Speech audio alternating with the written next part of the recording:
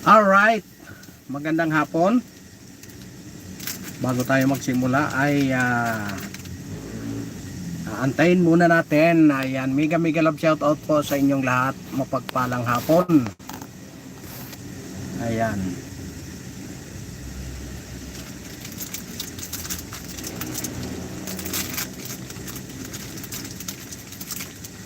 Magandang hapon po sa inyong lahat.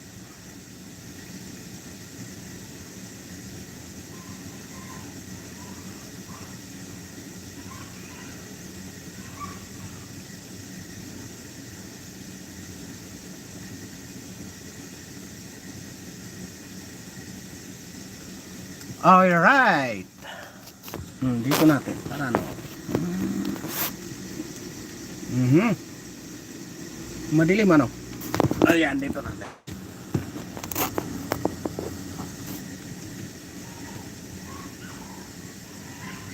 Ayan, magandang hapon. 1 million in the house. Ay, shout out.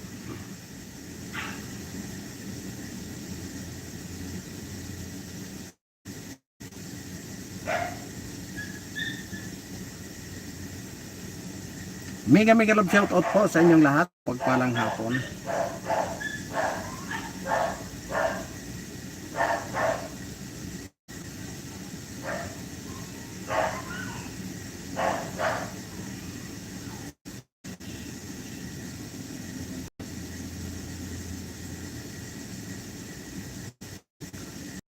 Alright.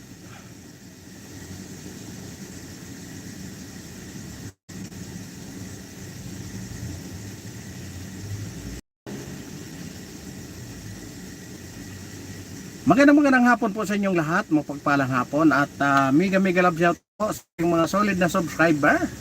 Ayan, hapon na, Jessica Casires. Ayan, maganda ka ngayong hapon na ito. Alright, mega love shout out po. At mega love shout out kay Mami Mercy Calunod. Kay Ma'am Annalisa, mega love shout out po. Magandang hapon po sa inyo lahat. At magandang hapon sa lahat ng mga OFW. Ayan. Kay Ji Chang Wok, magandang hapon.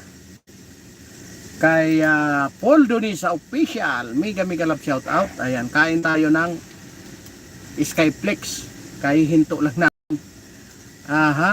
Kay hinto lang namin, wala nang kainan.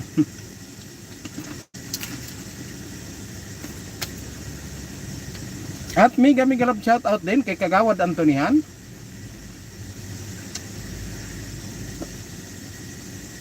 Kay Paul Donisa Official, mega love shout out. Kay Miss Nani Sanchez Vlog, mega love shout out. Mukhang mapupurnada yung pagpapalaot ng politika.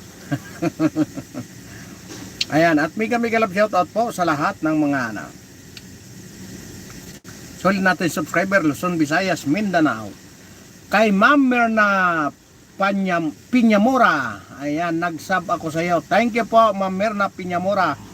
Mega love shout out po. Magandang hapon po sa inyong lahat. Ayan, Luzon, Visayas, Mindanao. At kay Audrey Nicole, mega love shout out. Ayun nga, ang topic natin ngayon ay kanina po nag-discon ang grupo ni Attorney Harold Respicio kung saan naimbitahan siya. Ayan, thank you po Maminya Piñamora. Ayan, mega love shout out po sa iyo.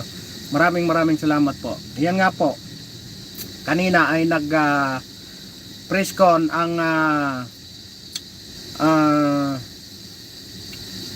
grupo ni Attorney Harold Respicio na kung saan itong si George Garcia ay nanghingi ng 300 million para maipanalo ang eleksyon.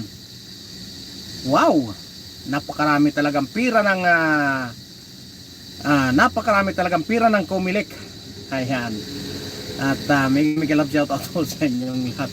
3 million in the house. Mega love shout out. Ayan nga po ay nagkaroon kanina ng presscon ang kampo ni Attorney Harold Respicio na kung saan kinukundina nila ang dayaan,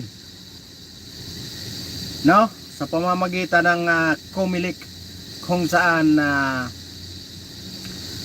dinitalye ni Attorney Harold Respicio ang panghihingi di umano ng 300 million ni Chairman George Garcia ng Comelec. Wow, talagang napakaraming pira ng mga Pilipino, no? Isipin mo yun sa 300 million. Saan nila kukunin yun? Kung halimbawa man, nagbigay itong hiningian niya ng 300 million. Ngayon, saan nila kukunin yun? No? Kasi nga, mahigpit na pinagbabawal sa Comelec. Ang dapat gastusin sa bawat isang butante ay 3 pesos. Bakit humingi ng 300 million? Anong nangyari? Anong dahilan? Bakit humingi ng 300 million? Di ba?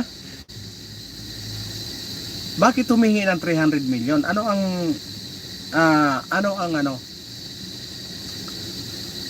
ang gagawin niya sa 300 million para maipanalo yung kausap niyang tao? Di ba? Kasi kung manghihingi ka, isa kang Comelec commissioner, tapos mag-uupin ka ng ganyan sa isang politiko, di ba? Ano ang kahulugan nun? Kasi nga, kung ikaw ay commissioner, dapat iwas ka pagdating sa mga ganyan. Bakit kailangan mo sabihin kung ilan ang gagastusin? Di ba? Kung gusto ng isang politiko na mag-file ng kaso dyan, bakit kailangan mong presyuhan? Kung talagang totoo kang kung totoong malinis, hindi ba? Bakit kailangan mong magbigay ng presyo? Ano ang dahilan sa pagbigay mo ng presyo? Di ba? Kasi ang sagot daw ay parang na-misquote. Na-misunderstood. Wow, ang galing naman talaga. Ibig sabihin, kung matatandaan nyo, may inilabas itong si Edgar Erice na kung saan galing ng Korea, may mga money trail na nagkaroon nga ng bilihan, kaya nakuha itong na ito ng eleksyon. No, hindi natin sinasabing totoo 'yun, no? Nilabas yan Congressman Igay Erice ng Caloocan, kung saan itong ang si Igay Erice ay diniklarang kinansil nga yung kanyang certificate of candidacy, pero hindi ko alam kung talagang nakabalik siya sa kanyang pagtakbo bilang congressman. Ngayon ito yung press con kanina ng grupo ni Attorney Harold Respicio, sandali lang po ako hahanapin ko, ha.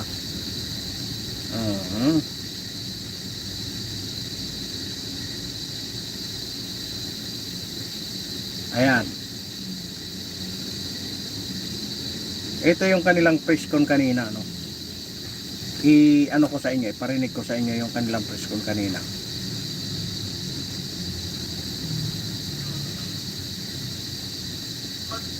Pag ipaglaban natin, sana matuloy talaga dapat ang eleksyon. Kasama si Greco Bilica, Automated transmission, but only after manual verification. Wag mo na nating bakitin ngayon. Dahil yan rin, transmission. Muna natin, ito na sinabi niya, Thank you so much for inviting me, Mr. Greco Bilica. Napakagwapo mo talaga in person. Yeah, buddy. At si Big Boy, Butch, Belgica, sir. Ayan, pakinggan natin yung ano. Sana matuloy talaga dapat ang eleksyon sa 2028. Paliliwanag po ni Genosito yan. So we are here. Ayan, kain po muna tayo habang nakikinig tayo. We will present po to you data. This will be a comprehensive report on the 2025 election. Nagsama-sama na po namin lahat ng comments, lahat ng response ng NAMFREL, PPCRV, COMELEC, International Watchdogs, Attorney Respicio, Attorney Glenn Chong. Lahat na narinig natin, sinama-sama na ho namin, i-compile namin sa isang 3-minute video. Meron po kayong PowerPoint presentation that we will also give it to you. And then, also the, anong tawag nito, mga findings and analysis and opinions ng mga IT team at legal team po namin para po pakita sa inyo. So, I'll give you a copy of the video. Mabilis po siya, 3 minutes, so please watch it carefully. Tapos, later on, biyak-biyakin po natin and I'm sure that Attorney Respicio will be able to elaborate even further yung mga items na makikita nyo rito. So, magandang umaga po sa inyo lahat. Thank you very much, Brother Butch. Kabiyak.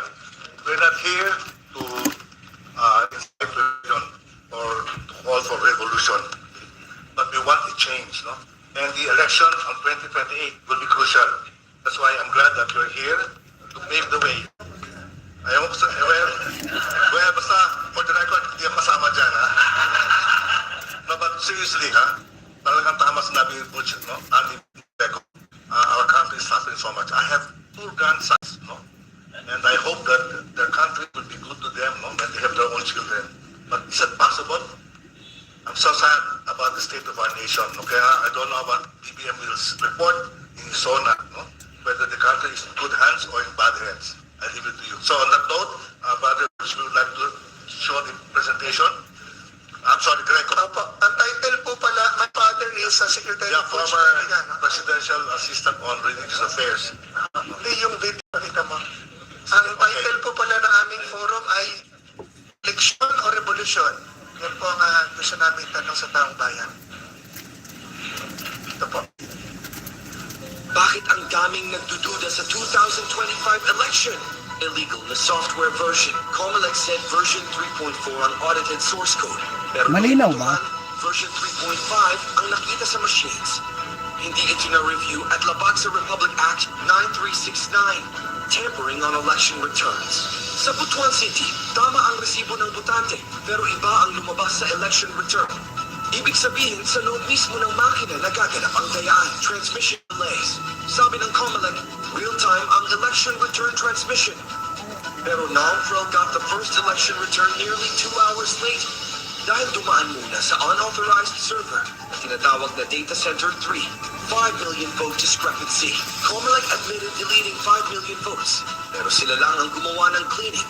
Walang watchmen mula sa media o election watchdogs. Nawawalang BJ party list votes at field validation.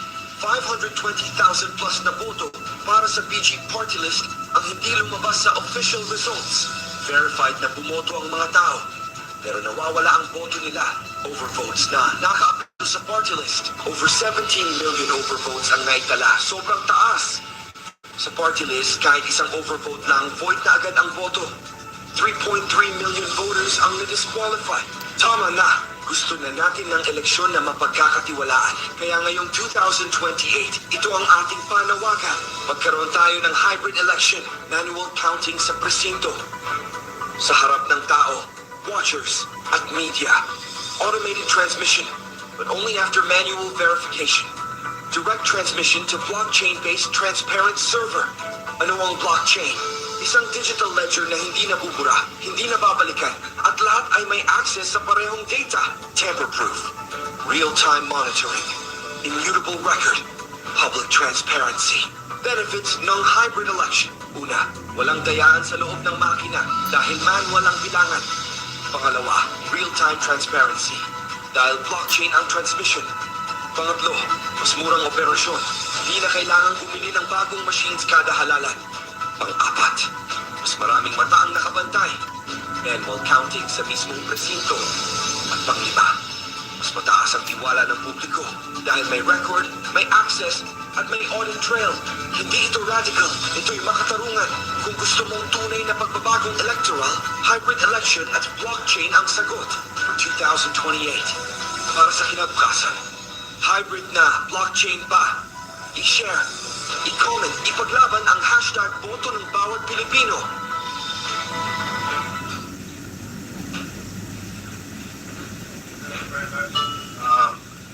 Diba? Pabor ba kayo doon sa hybrid election? Let's ask you one question. You ran for the party list. No? Ayan. How many members do you have actually sa party list mo? Ilan members mo and how many votes did you get? Members yun.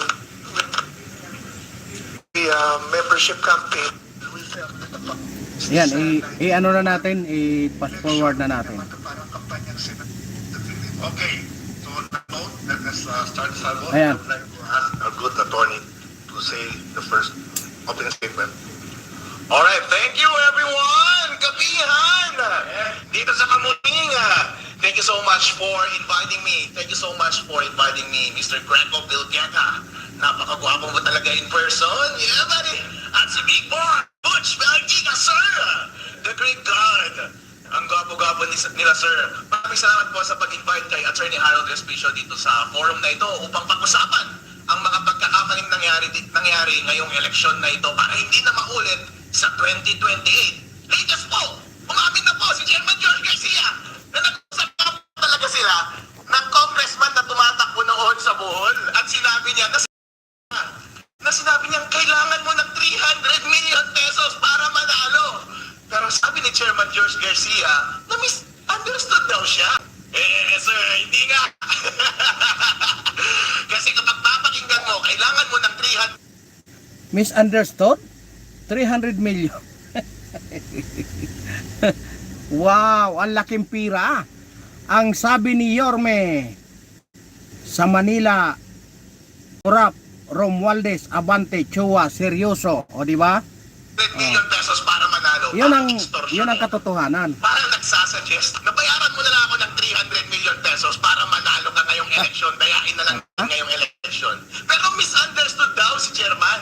Ang ibig sabihin daw niya, yun daw ang magagastos mo sa eleksyon na ito para manalo. Pero sir, ang allowed na gastos lang ng isang congressman ay 3 pesos kada botante. Tama. At 300,000 lang ang botante. Tama, 3 pesos lang eh. Tapos 300 million, wow, na-miscot yata. Doon sa distrito niya. Ibig sabihin, ang gastos, 900,000 lang dapat. Bakit mo sinabing 300 million? Sir, hindi nga. Sir, pagkatapos ng pag-file namin sa Supreme Court, marami pong lumalapit na report kay Attorney Harold Respicio na pareho po ang experience. At sir, merong na-record na mataas na opisyal doon sa COMELEC. Huwag mo na nating banggitin ngayon. Dahil yung Nako po, yun ang pinakamabigat kung may record. Alam nyo, yung mga nangyari na ito, pupwedeng nagkapatong-patong na dahil doon sa dahil diyan sa gano'n na sistema ng kumilik, yung katulad kay Abante, kay nanalo na si Oy, natalo pa, yon sa Duterte Youth Party List. Siguro marami pang iba ang mga nangyari sa ganitong sistema, record na yan ay lalabas. Meron po, napatunayan po na tumanggap na 25 million pesos mula sa isang local candidate. Ang problema, tumanggap din mula sa kabilang kandidato. Ang problema ngayon, sinisigil na sir. Nasaan na yung ibinayad namin sa inyo? Sabi, i-refund na lang daw. Pero daw ang problema, Wow. nabayaran na daw yung mga ibang commissioner. Abangan May refund pa pala. Ibang klase talaga ang kumilik. Mayroon pang paripand-refund na lalalaman. Ano yun? Parang parang 168 lang may refund. pag hindi mo na ibigay yung pinurchase mo, i-refund yung bayad. Ganon ba yon? po ninyo, lalabas po yung record uploaded na video na iyan. Ang Naku problema po. po, sabi, bawi na lang ako sa protest. Nag-protest ka naman eh. Kaya pala nagkabali-baliktaran na yung resulta ng eleksyon ngayon. May nanalo, nakasingil na Wow, kaya pala nagkabali-baliktad na yung mga desisyon. Yung mga natalo, biglang nanalo. Oh, yung nanalo, biglang natalo. yung nagbayad, pero babalik na rin sa huli para mabayaran din yung kabila. Wow! Mga taga-Comelec, ano ba naman yan, sirs? Ngayon po, pinag-uusapan po natin ang mga pagkakamaling nangyari ngayong eleksyon na ito. Kung titignan po natin itong context na ito, mga aligasyon na pambabayad sa Comelec at dun sa obserba mismo dun sa ground na irregularity sa pagpapatakbo ng eleksyon, everything comes together. Ang una pong obserbasyon ay yung maling paggamit ng software. Ang sabi po ng batas, ang software na dapat tatakbo sa makina ay yun ang ma-audit. Pero iba po yung inilagay sa makina. Kapag iba na po ang version at iba na po ang hash ng software na yun, iba na po yung nandun sa loob ng makina. Chairman George Garcia, tanong ko po sa inyo, nandun ba sa loob ng software yung daya? Ipakita mo na lang kaya yung software, i-open source mo at kami ang mag-aral, makita natin kung ano ang nasa loob nun. Ang isa po pong pagkakamali na naobserbahan ay yung transmission. Ang sabi po ng batas, dapat dire-diretso mula sa independent automated counting machines papunta sa mga servers. Sabay-sabay, Comelec servers at yung mga transparency servers. Para nga naman kapag nandaya ang Comelec, huli ka agad ng mga transparency server. Pero inamin mismo ni Chairman George Garcia, kinoperate pala nila bago magpadala doon sa mga transparency server at pinapadala nila cumulative every 15 minutes. Anong ibig sabihin po nito?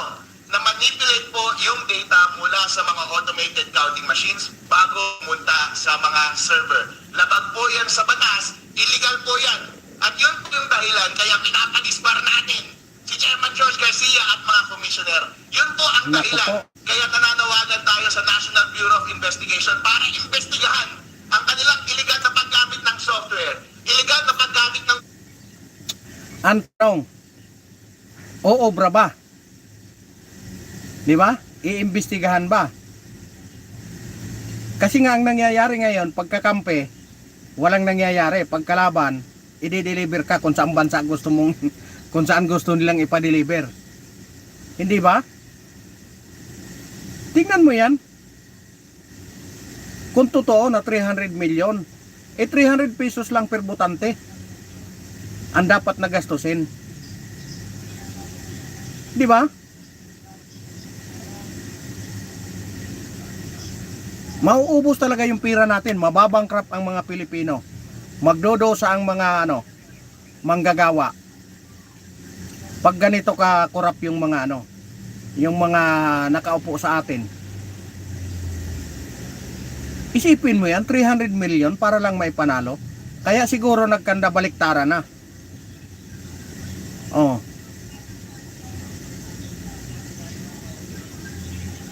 Di ba?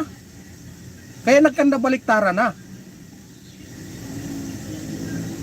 Kasi nga sa nangyari dito, ano pang makikita natin yan pagdating ng susunod na taon?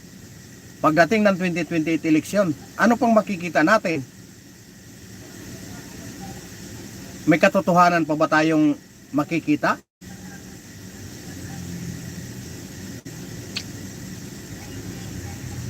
Di ba?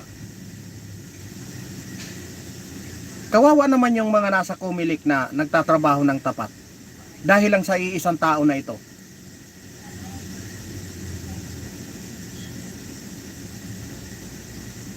O maaaring lahat na kinabang.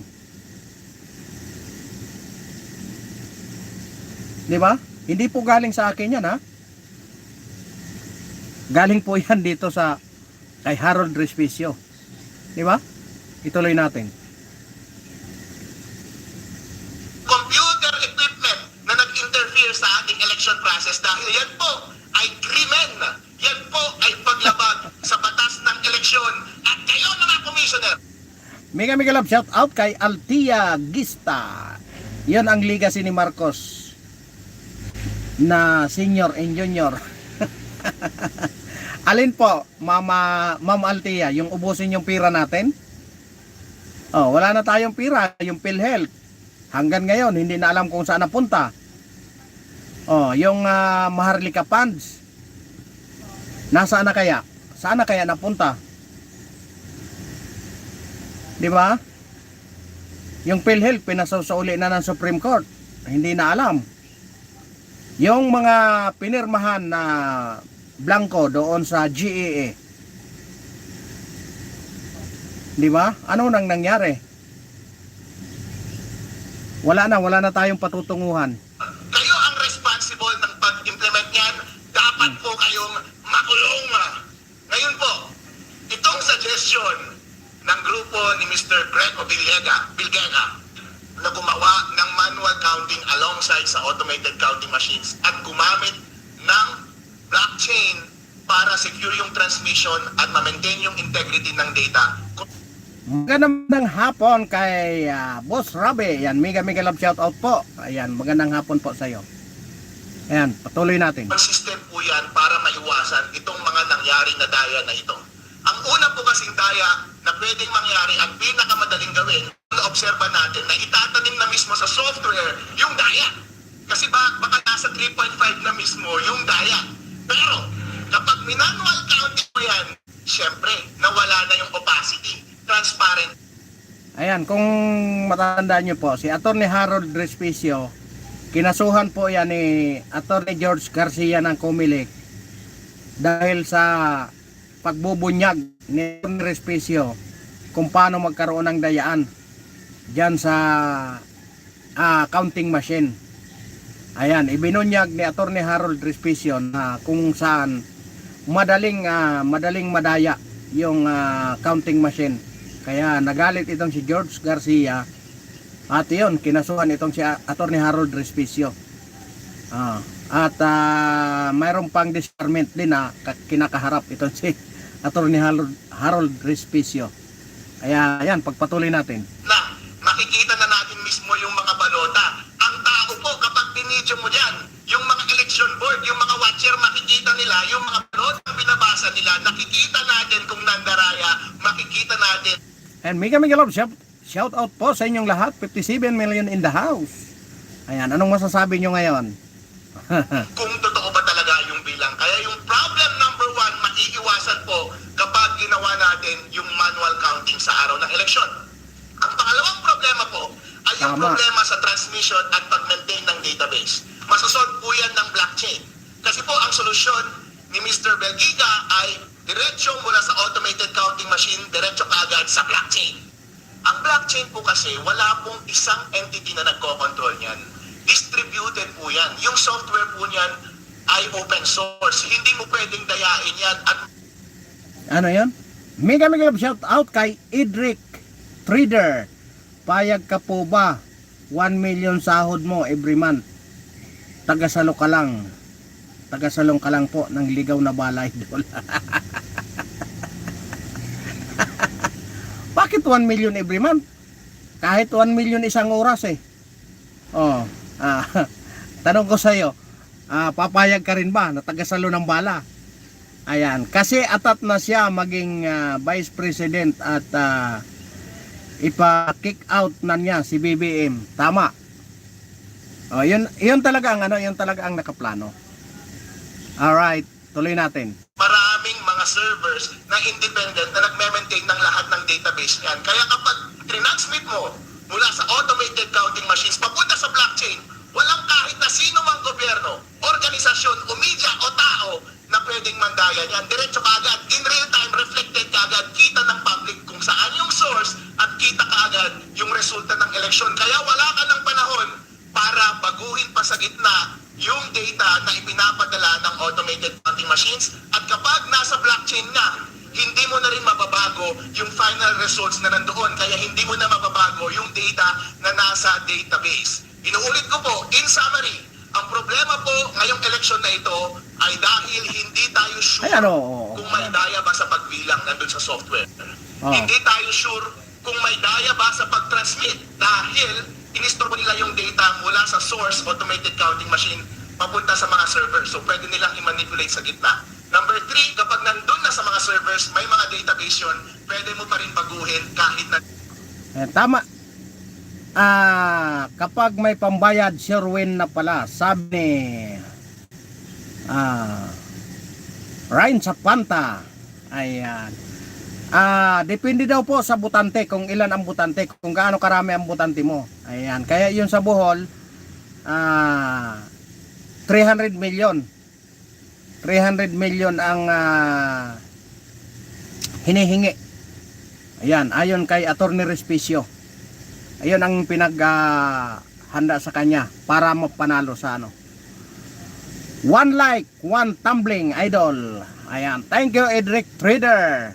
Ayan, mega love shout out sa iyo. na sila Ayan. sa loob. Lahat po yan maiiwasan dahil yung software ay ma-verify natin through manual counting, yung transmission at database. Ano natin? Dahil po ang isang blockchain ay immutable yung transmission, immutable yung database. Ayan. Hindi po yan mabago. Kaya po, Para ano? natupad Para ang malinaw. suggestion ni Mr. Greg Obiangena na ayusin ang ating eleksyon sa susunod sa pamamagitan ng paggamit ng parallel manual counting in addition doon sa automated counting ng ating boto at paggamit ng blockchain. Hindi na po mauulit yung mga daya ngayon. Kaya Chairman George Garcia, Commissioner, alis na kayo dyan.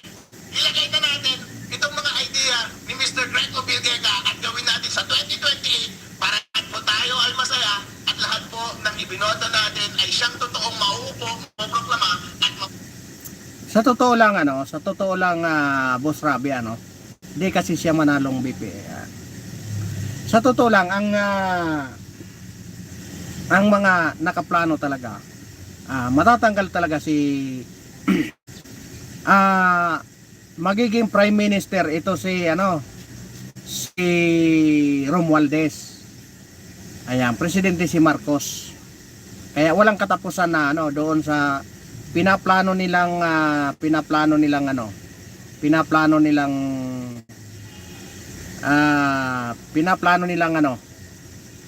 noon na People's Initiative. Idol, pingi Gcash.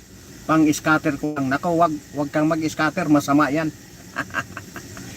Ayan, tuloy natin. sa atin.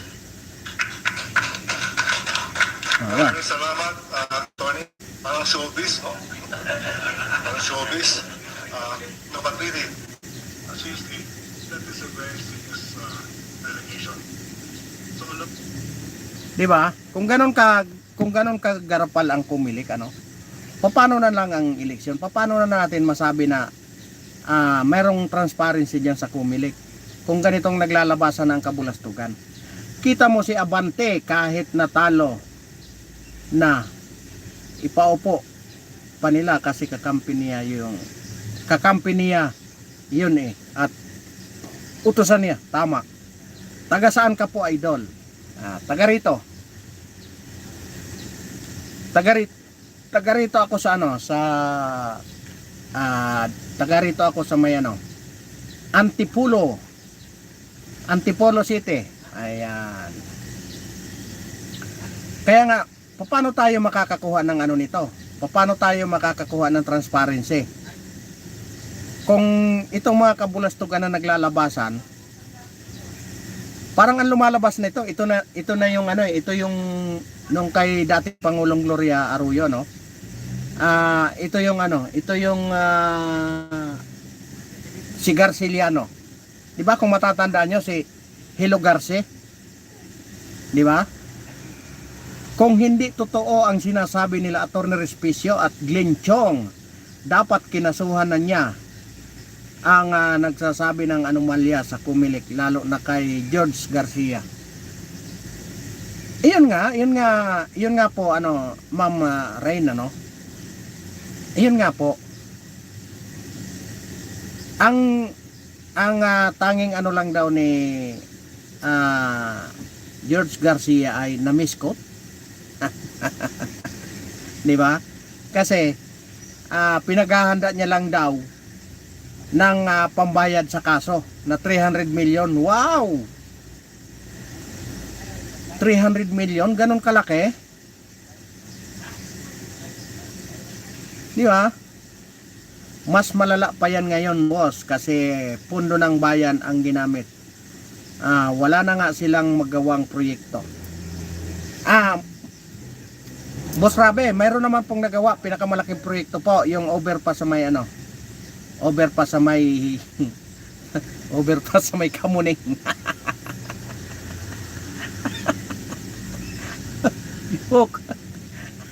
Yun, pinakamalaking project, overpass. Yung daanan ng tao, ano ba yun, tama ba yun, overpass? Pinakamalaking project. Oh.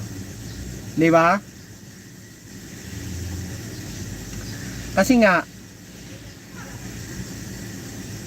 itong mga nagsisigaw na ito ng transparency, bakit hindi nila ito questionin?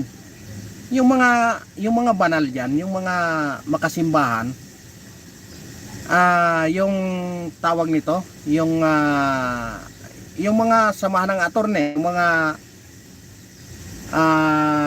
mga nag-aral, yung mga nanawagan dyan, Nimal, overpass ba yun?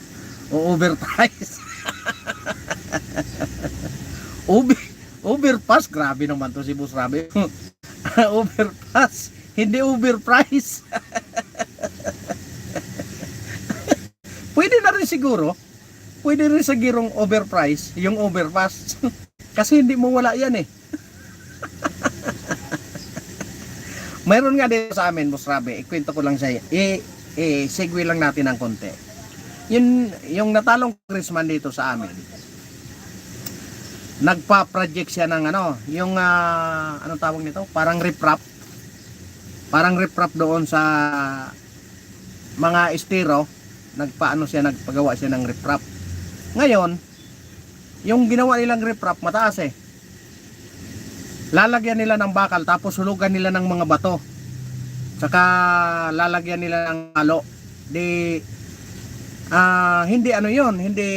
hindi masyadong malakas yung kapit nun kasi may mga bato-bato. Kaya ang ginagawa nila, pag tinanggal na yung purma, susundan ng mga mason, kasi may mga butas,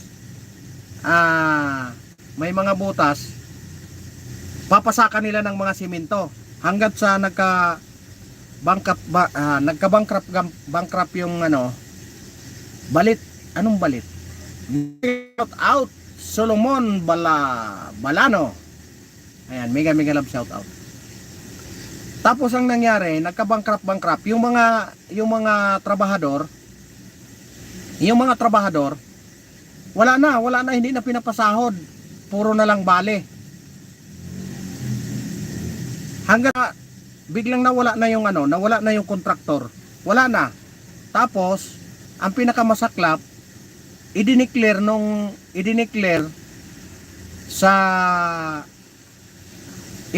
sa DPWH na tapos na yung proyekto.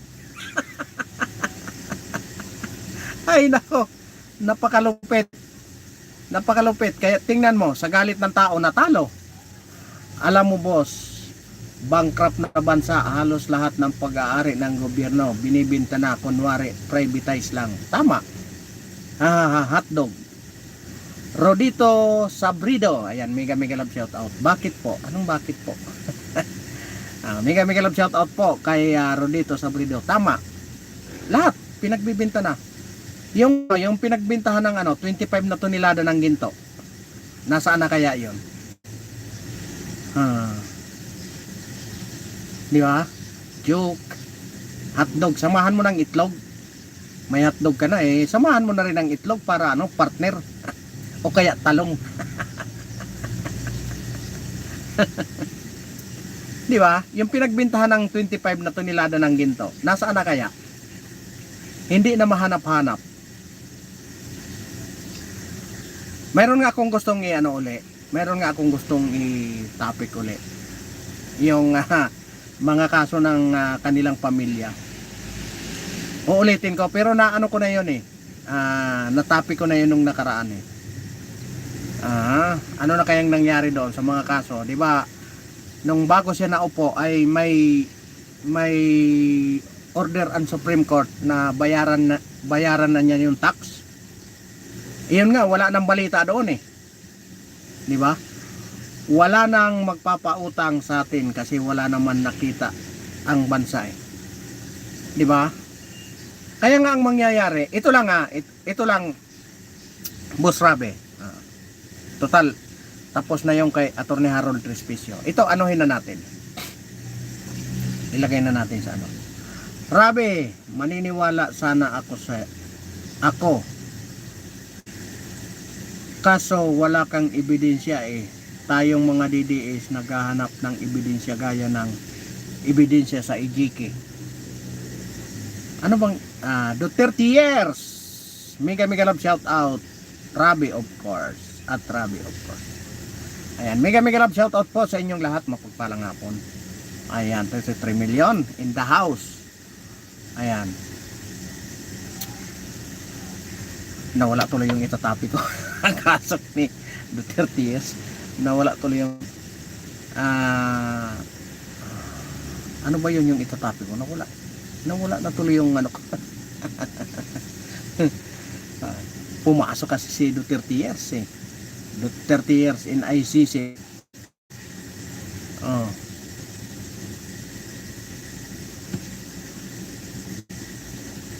Yung tawag nito, yung katulad nga yung inano ko nga doon, magandang hapon kay Nure Castor. Ayan, magandang hapon. Mega love shout out. Nure Castor.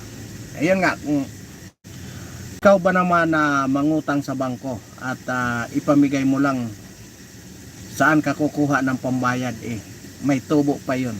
O, di ba? Ayun na nga, ang sa atin nga dito, Boss Rabe, saan nila pinaglalagay? Doon sa Supreme Court, yung pera ng PhilHealth na kinuha nila, lumabas doon sa investigasyon ng Supreme Court na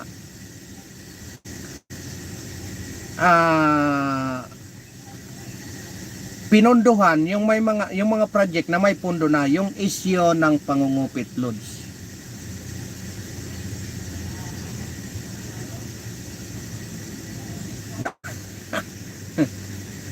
Di ba? Na ano na yung hindi na alam kung saan napunta eh. Kaya nga ang ano ng Supreme Court, maraming pinunduhan na may mga pundo na. Di ba? Kaya ang sabi ng Supreme Court, bakit mo pinunduhan ang may mga pundo? Anong mayroon doon? Di ba? Nawala na ako doon sa pangungupit. Pumasok kasi yung idol ko si Duterte years eh. Di ba? Onding Kawayan. Ayan. Kaya Kawayan. Ayan. Mega love shout out kay Onding Kawayan. Ayan. Kayo anong masasabi nyo? Rabe, saan nga binigay ni tatay eh? Ayaw mag sign in ng waiver yung confidential fund ni Sarah.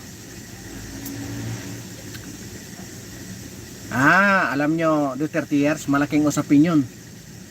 Hindi rin papayag ang bangko doon. Wala na nga halos pumapasok na mga turista dahil natakot na kutungan at rapin ng mga babae. Naalala ko na Boss Rabe. Tingnan mo ang mga propaganda nila. Yung mga propaganda nila Duterte years, naalala ko na. Yung mga propaganda nila, galit na galit sila na inuokupa doon sa West Philippine Sea. Tama naman, di ba? Kasi atin yon. Galit na galit sila. Kaaway daw nila ang China. Kaaway natin ang China. Puro ang nila, propaganda. Kaaway ang China. Kailan ba nang away ang China? Kailan ba tayo inaway ng China? Di ba? Agawan niya ng teritoryo. Di ba? Agawan niya ng teritoryo sa dalawang lote. Pag ikaw nakaposisyon diyan, huwag mong iiwanan kasi pag iniwanan mo 'yan, aabanti yan sila. Iniwanan natin. Di ba? Di umabanti sila. Oh, tapos sasabihin, kaaway natin ang China. Paano nakipag-away ang China? Oh, ngayon sige, doon na tayo. Kaaway natin ang China. Bakit dito sa atin sa Metro Manila napakaraming Chinese? Napakaraming businessman ng mga Chinese. Akala ko ba kaaway natin ang China? Di ba? Kita nyo ang mga propaganda?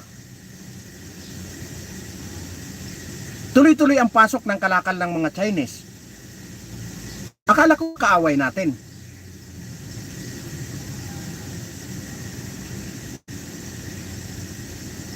Di ba?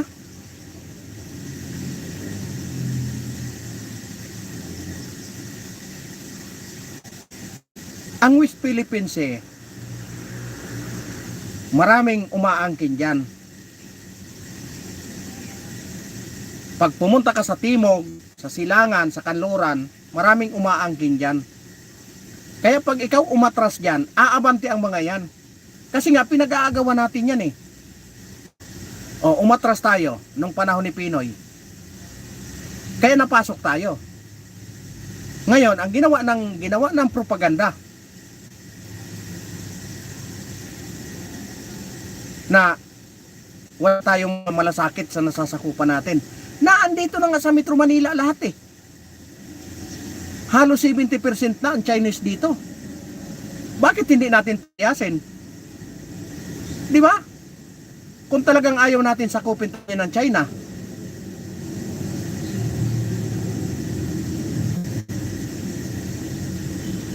Oh.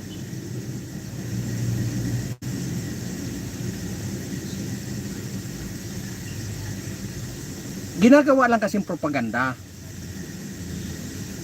Di ba? Umikot kayo dito sa Metro Manila kung gaano karami ang mga businessman dito na puro Chinese.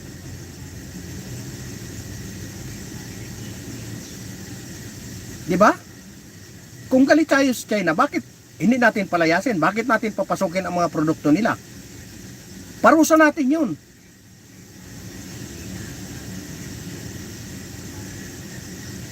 Di ba?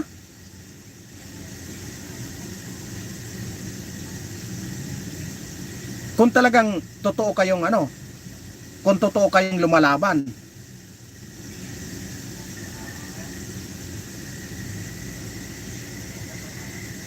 hindi tayo sinakop. Kung tutuusin, nasakop na tayo Pag kumalas lahat ng mga businessman dito sa atin sa Metro Manila, maniwala kayo, bankrupt ang Pilipino.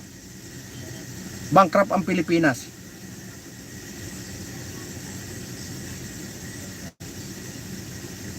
Kaya bakit doon tayo nakatutok sa napakalayong lugar na maraming nag-aagawan doon sa mga isla na yon? Naandito sa Manila ang tunay na ang tunay na laban. Naandito sa Metro Manila, wala doon.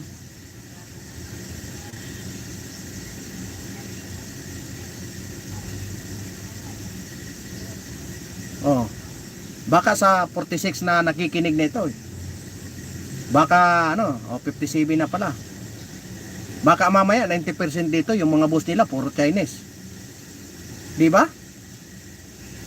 O ayun, bintang ng bintang sila. Na maraming trolls ang mga Duterte. O, sino ngayon ang nahuli?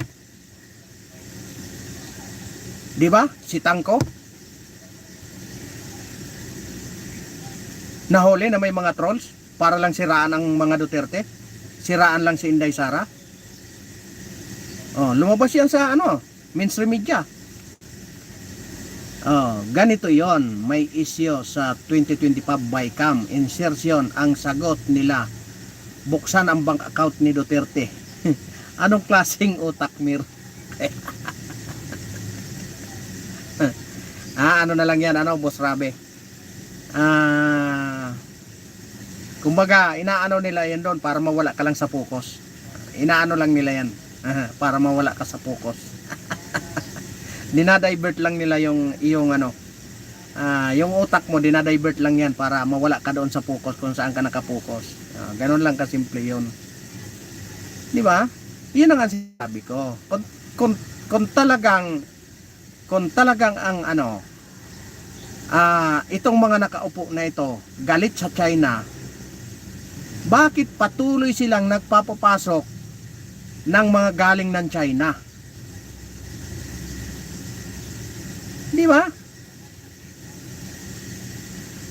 Dapat doon pa lang sa ano, dapat doon pa lang sa karagatan harangin na nila. Oh, galing ito ng China, hindi kayo pwedeng pumasok dahil kayo masyado kayong mapang-api.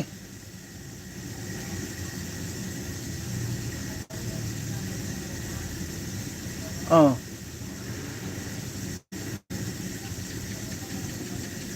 Kaya ginagawa lang propaganda kasi sa totoo lang,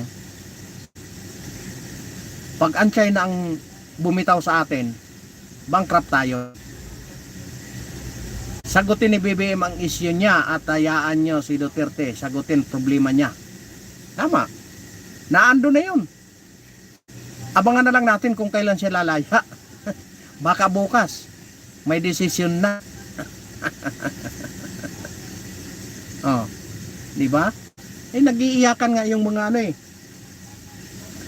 Nag-iiyakan nga yung mga attorney daw yun ng ano, attorney daw ng ICC. Tapos hindi pa naman pala kinikilala ng ICC na assistant to the prosecutor. Anak ng baka naman. Ang ganda ng mga propagandista nila, no? Iba talaga pag mga komunista. Di ba? Iba talaga pag mga komunista. Ang galing magpaikot. Ang dami nilang naloloko. Oh. Tingnan mo yung pamangkin ko. Naging membro siya ng nung nasa PUP siya, naging membro ng Kabataan. Yung Kabataan Party List. Aba, muntik nang ma-recruit. Dinala sila sa kabundukan ng ano, dinala sila sa kabundukan ng Mindoro. At ang gusto, paghawakin na ng ano, armas. Di ba? Hindi ba panlilin lang yun? Buti na lang itong pamangkin ko ay malakas ang loob. Tumakas.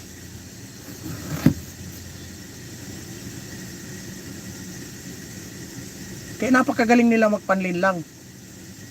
Oh, sige, makabayan tayo, laban tayo. Sagutin ni BBM ang issue niya at hayaan niya si Duterte na sagutin ang problema niya. Oh, di ba? Nananahimik na nga tayo diyan eh kasi andiyan na yung ano eh. Naandyan na sa legal na proseso eh.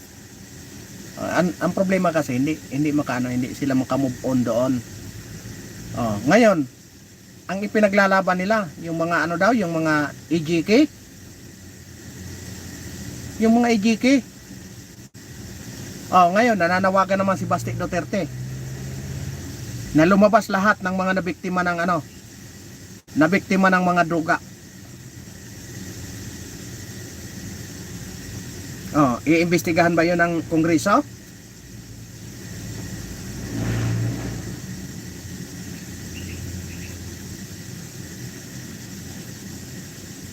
Pag lumabas yung mga nabiktima ng droga?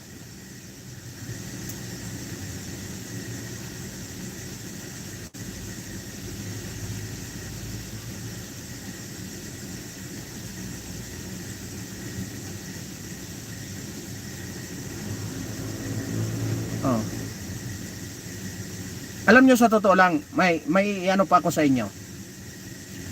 Yung kasamahan ko ngayon, yung pamangkin niya ay mangingisda sa Bohol. Taga Bohol. Ngayon, ang nakadesignate sila doon sa West Philippine Sea. Alam nyo, ito hindi ito paninira. Hindi ito paninira sa ano natin ha, sa men in uniform. Hindi ito paninira.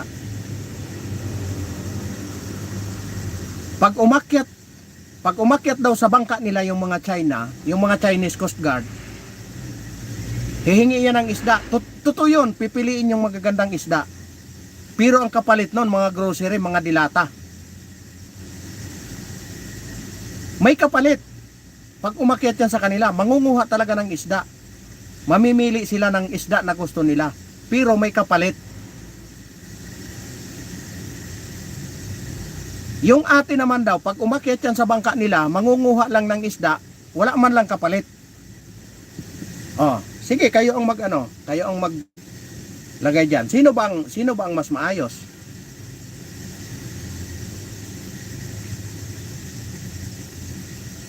Di ba? Hindi ko sinisiraan yung men in uniform ha. Siyempre kapag tanggol natin yan eh. Pero kung titingnan mo ang tunay na istorya, titingnan mo ang tunay na kwento, hindi naman pala masamang tao eh. Minsan lang kasi, para lang may maikwento, ipoprovoke mo yung tao para lang magalit. May maipakita.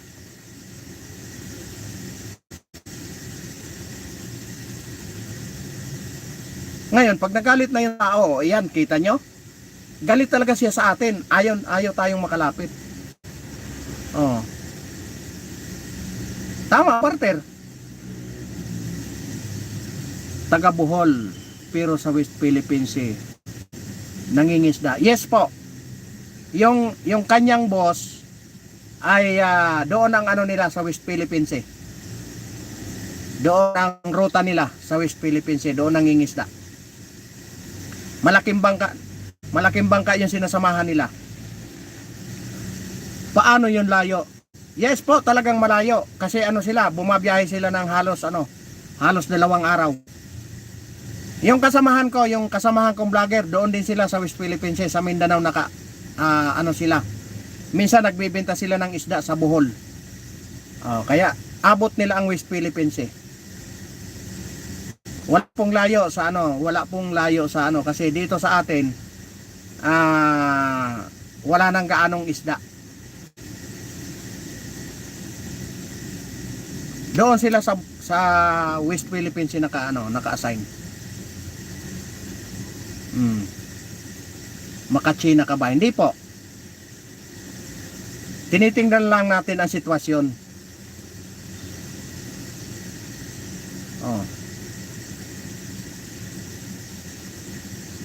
Tinitingnan natin ang sitwasyon. Hindi ko sinisiraan yung men in uniform ha. Pero bakit? Silang nagkukwento yung mga mangingisda doon eh. Pag umakyat sila, totoo, namimili talaga na gusto nilang isda. Pero may kapalit. Binibigyan sila ng kapalit. Yung ate naman, pag umakyat, nangunguha ng isda. Walang kapalit. Ngayon, ano doon? Di ba? Taga Bohol ako pero di kami doon nangingisda. Baka maliit lang yung malaki daw yung nila. Malaki daw yung bangka na sinasamahan niya. Malaking bangka yung kanilang Yung para malaman mo na yung sinasabi ko ay totoo. Puntahan mo yung Romsel TV. Doon sila sa sa baba lang ng konti sila ng West Philippine Sea. Pero ngayon nakaano siya ngayon sa Mindanao. Doon sila ngayon gumagarahe. Pero taga taga Dinahican, Quezon. 'Di ba? Taga Dinahican, Quezon, pero doon nangingisda sa West Philippine Sea. 'Di ba? Mas malayo 'yon kaysa sa Bohol. Ang Bohol medyo malapit na, 'di ba? Kasi pag mababa ang isda doon sa doon sila sa na 'yon? Yung kay Senyor Aguila. Doon sila ngayon gumagarahe. Pero talagang ang nila, local sila ng Dinahican. sa Quezon. Ayan, doon sila nangingisda sa West Philippine Sea. Ayan, puntahan nyo yung ano, puntahan nyo yung ano, yung para makita nyo na totoo sinasabi ko. Yung Romsel TV, doon yan sila. Kilala ko mga tao dito pero di kami pupunta sa West Philippine Sea. Magastos sa langis. Siguro yung iba kasi nga yan nga yung sinasabi ko. Ayan nga yung Romsel TV, puntahan mo. Yan ang content niya, nangingisda. Sarili niyang bangka yon. Doon sila sa West Philippine Sea. Di ba? Taga ano yon? Taga Dinahican, Quezon yon. Pero ang ginagawa nila, hindi na sila umuwi ng Dinahican. Kasi nga, sobrang layo talaga. Diyan na sila gumagarahe sa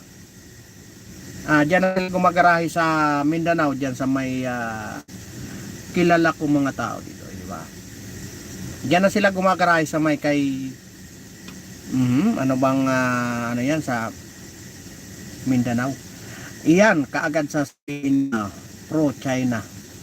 Pro-China ka, wala naman tayong magawa sa China kasi suportado ng gobyerno nila, mga fisher nila, di ba?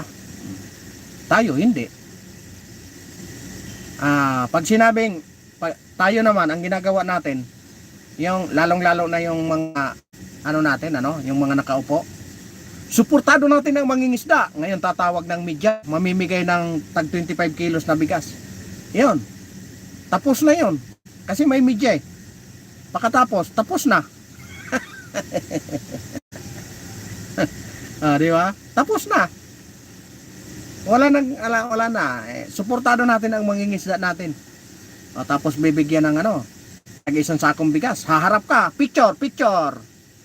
Kasi nabigyan ka ng 25 kilos na bigas. Suporta natin to para sa mga mangingisda. Sigaw naman ng mga politiko. Tapos picture, hawak yung 25 kilos na bigas. Picture. Pagkatapos nun, tay ka na naman ng 5 taon. Pag inano na naman, pag binatikos na naman, ayon, mag-iingay na naman uli. Pa-picture na naman, panibagong picture na naman. Kita nyo, suportado natin ang hindi natin pinapabayaan yung mga mangingisda. Mga ipukitong tao. Mga pakitang tao. Ito pa, idagdag ko pa, yung congressman namin na natalo. Namigay sila ng ayuda, 2,000 ang nakalagay doon sa 2,000 na cash at saka isang kaba na bigas. Ngayon, ito na, namigay na. Namigay na, 2,000. Natanggap naman talaga yung 2,000. Totoo ito may mga record ako dyan. 2,000, natanggap yung cash na 2,000. Nung kukunin na yung bigas, may bayad pala 950. Diba?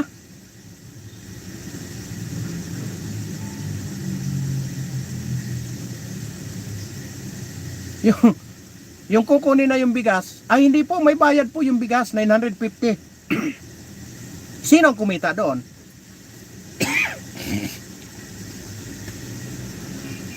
Di ba?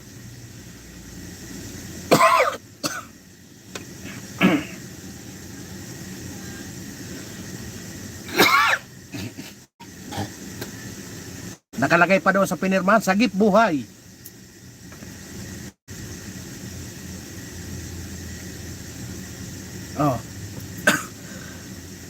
Pagkatapos ito nung barangay eleksyon. Yan, totoong nangyari yan. Pagkatapos ng barangay eleksyon. Ngayon,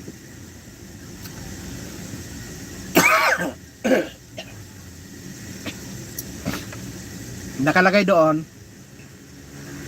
2K plus bigas.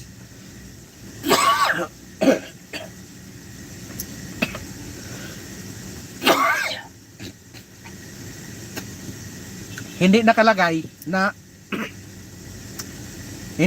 na yung bigas babayaran mo pag nakuha mo yung 2K. Basta kang nakalagay 2K at saka bigas. Yung nakuha na yung 2K, doon sa isang table, di nakasobre, 2,000. Pagdating doon sa isang table, kukunin na nila yung bigas, may bayad pala. Ngayon, kasi nga, nagkabilihan ng buto. Ngayon, ang tanong ko nga sa kanila, sino ang kumita? Kayo, kumita kayo ng 2,000.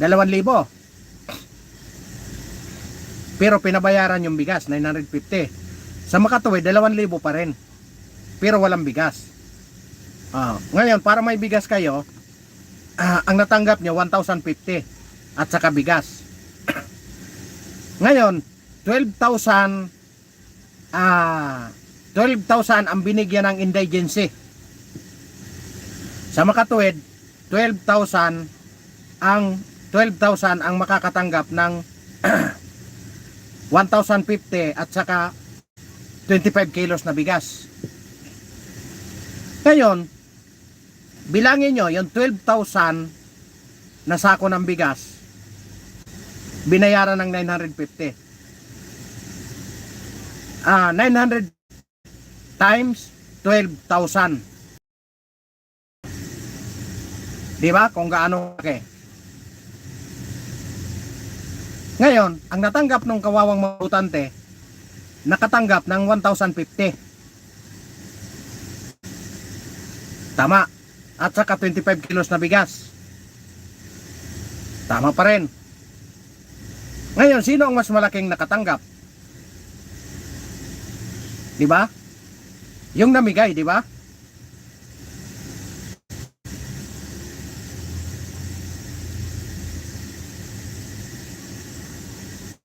Siguro dyan sa inyo, huwag mong lahatin. Di ko naman nilahat. Sabi ko sa amin, sinabi ko ba lahat? Ayan.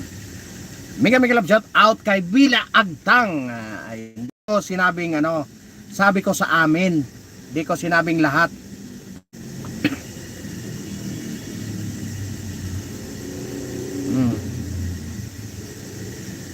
Sino ang pinakamalaking natanggap?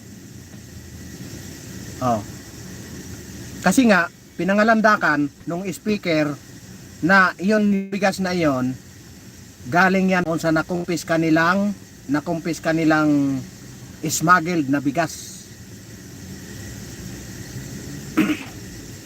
Sa Makatuwid, walang bayad. Bakit pinabayaran? Diba?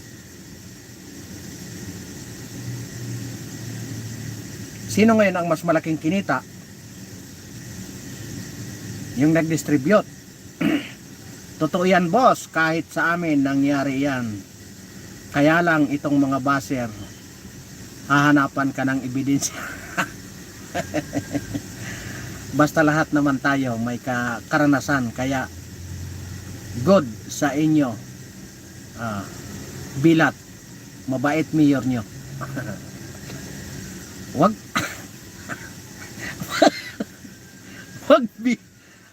Boss Rabe, wag bilat. Bilya Agtang. kung makabilat naman si tatawa tuloy ako sa Boss Rabe. Oy.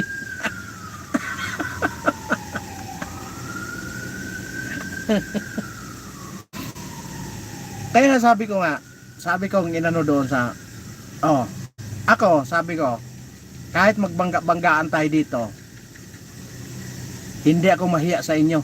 Alam niyo kung bakit? Di ko pinabayaran boto ko eh. Ngayon, ang ganti ng tao kasi pinabayaran yung bigas. Ang ganti ng tao, talo silang mag-asawa. Talo silang mag-asawa, ambisyoso eh.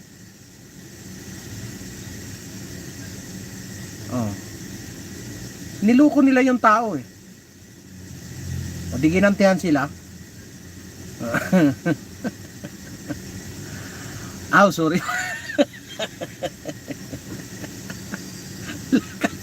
Lakas makasar ni Boss Rabi. Ay, saku, isang oras na tayo, palabas na yung boss ko nanarado na. Ayan, magpapaalam na ako sa inyo ha. Sarap pa sana ng kwentuhan natin eh. Kaso lang, nananarado na ng bintana yung bus ko. Juliet Castro, mega love shout out. Natawa tuloy si Ma'am Juliet Castro. mega love shout out po sa inyong lahat. Maraming salamat po. Sinamahan niyo ako hanggang dulo. Lakas makasar si Boss Rabi. Maraming salamat po sa inyong lahat. Mapagpalang hapon. Gabayan po talaga. Gabayan po tayo lagi ng Poong May Kapal. Saan man tayo naroon, ano man ang ating hinaharap na problema, huwag nating kalimutan tumawag sa May Kapal. Sa Panginoong Diyos. Ayan, lagi po siyang nandyan. Lahat tayo may pagsubok na pinagdadaanan. Kaya huwag tayong makalimot sa Kanya. Ayan, maraming salamat po. At mega love shout out sa inyong lahat. Sa lahat ng commentator, maraming salamat po. Kabila man kayong panig o dito man kayo sa panig namin ni Boss Rabi, maraming salamat po. Kay Ma'am Juliet, huwag kang tatawa boss. Pagalitan ka ng boss. Hindi, malayo naman. Malayo. Ayan o. Nakarado. Sinarado na yung gate eh. Ayan, maraming salamat po at maraming salamat po kay Mercy Calunod. Ayan, ingat sila sa inyo lagi sa iyong trabaho. Maraming salamat po at mapagpalang araw, mapagpalang gabi, saan man sulok kayo ng mundo. Sa lahat ng aking mga solid subscriber, mega love shout out po sa inyong lahat. Mapagpalang gabi po.